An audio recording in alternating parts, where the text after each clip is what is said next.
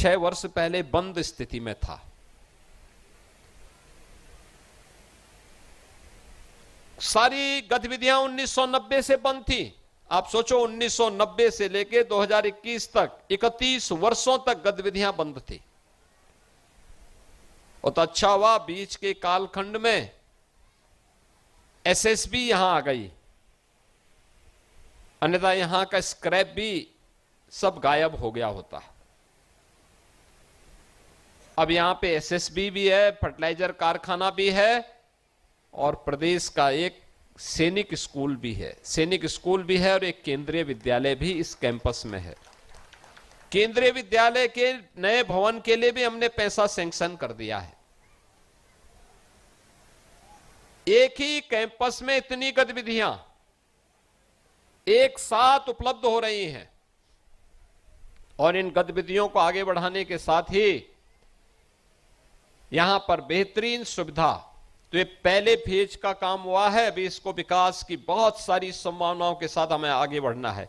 मैं स्वयं भी पहली बार यहां पे आया हूं देखने के लिए। हां, मैंने ये कल्पना जरूर की थी और मैंने ये पर्यटन विभाग को कहा था कि भाई उस ताल के बारे में, क्योंकि जब प्रधानमंत्री जी ने इस फर्टिलाइजर कारखाना का शिलान्यास किया था तब मेरे दिमाग में आया था और उस समय केंद्रीय मंत्री श्री पीयूष गोयल जी ने भी मुझे कहा था कि योगी जी इस वाटर बॉडी के बारे में कुछ करना चाहिए, क्योंकि फर्टिलाइजर को जल की आपूर्ति भी यहां से करनी थी और इसके पर्यटन विकास की दिशा से भी इसको आगे बढ़ाना था।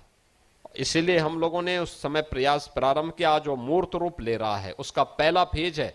इसके बाद के अन्य फेज में आप देखेंगे कि इसको हम रामगढ़ ताल की तर्ज पर ही बेहतरीन स्वरूप दे करके गोरखपुर के एक बेहतरीन टूरिज्म डेस्टिनेशन के रूप में स्थापित करके इको टूरिज्म का एक बेहतरीन केंद्र बनाएंगे, वाटर स्पोर्ट्स का केंद्र बनाएंगे, फ्लोटिंग सोलर का भी एक कोल इंडिया के साथ मिलकर के हम लोग यहां पे एक सोलर का पावर प्लांट भी यहां पर स्थापित कर रहे हैं जो 20 मेगावाट की बिजली देगा। 20 मेगावाट का मतलब गोरखपुर की पूरी सिटी को बिजली की आपूर्ति यहां के सोलर प्लांट से उपलब्ध हो सकती है।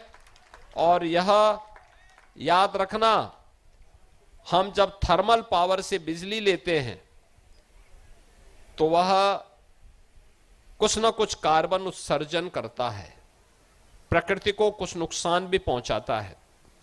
लेकिन सूर्य से आने वाली जो रोशनी है, उससे बनने वाली ऊर्जा है, उसमें कार्बन उत्सर्जन नहीं होता है। वो नेचुरल है, रिन्यूएबल एनर्जी है, ग्रीन एनर्जी है। और वह आप करेंगे तो नेट जीरो का लक्ष्य है कि कार्बन उत्सर्जन को जीरो तक पहुंचाना है, जिससे प्रकृति में होने वाले इस परिवर्तन को हम रोक सकें। और उसको रोकने की दिशा में किए जाने वाले प्रयास का एक हिस्सा है ये। विकास की सतत प्रक्रिया को हम नगर के अंदर ऐसे ही चलाते रहेंगे, लेकिन सरकार, ये डबल इंजन की सरकार सहयोग तो कर सकती है, निर्माण तो कर सकती है, लेकिन शहरवासियों को भी अपनी जिम्मेदारियों का पालन करना होगा। शहरवासियों के प्रत्येक नागरिक की जिम्मेदारी है और वह जिम्मेदारी है कि हम लोग इस पूरी प्रक्रिया के साथ जुड़ करके शहर के विकास को आगे बढ़ाने में अपना योगदान दें। शहर का विकास कैसे बढ़ना चाहिए, कैसे आगे बढ़ना चाहिए, इसके संरक्षण के लिए गंदगी नहीं करना है, सार्वजनिक संपत्ति को नुकसान नहीं पहुंचाना है। अगर कोई निहित स्वार्थी तत्व उन संपत्ति को नुकसान पहुंचाता है तो उसकी कंप्लेंट करके ऐसे व्यक्तियों को जेल भी करवाना है। हम अपने स्तर पर भी इस कार्य को करें। हम लोग रामगढ़ ताल में देखते हैं, सरकार ने वहां कार्य किया है, कुछ स्वयंसेवी संस्थाएं भी सहयोग कर रही हैं, CSR से भी पैसा आता है, लेकिन बहुत सारे लोग जाते हैं खा करके वहीं फेंक देते हैं। अभी एक बैंक ने वहां स्वच्छता का कार्यक्रम चलाया था, 56 बैग यानी 56 बोरा प्लास्टिक बरामद हुआ था वहां पे। आप याद करिए कितना प्लास्टिक, कितना कचरा। भाई अगर ऐसे ही कचरा फेंकते रहेंगे एक दिन ताल का अस्तित्व फिर खतरे में आ जाएगा। और इसलिए प्लास्टिक फ्री गोरखपुर, स्वच्छता से युक्त गोरखपुर, गंदगी से मुक्त गोरखपुर, हरा भरा गोरखपुर,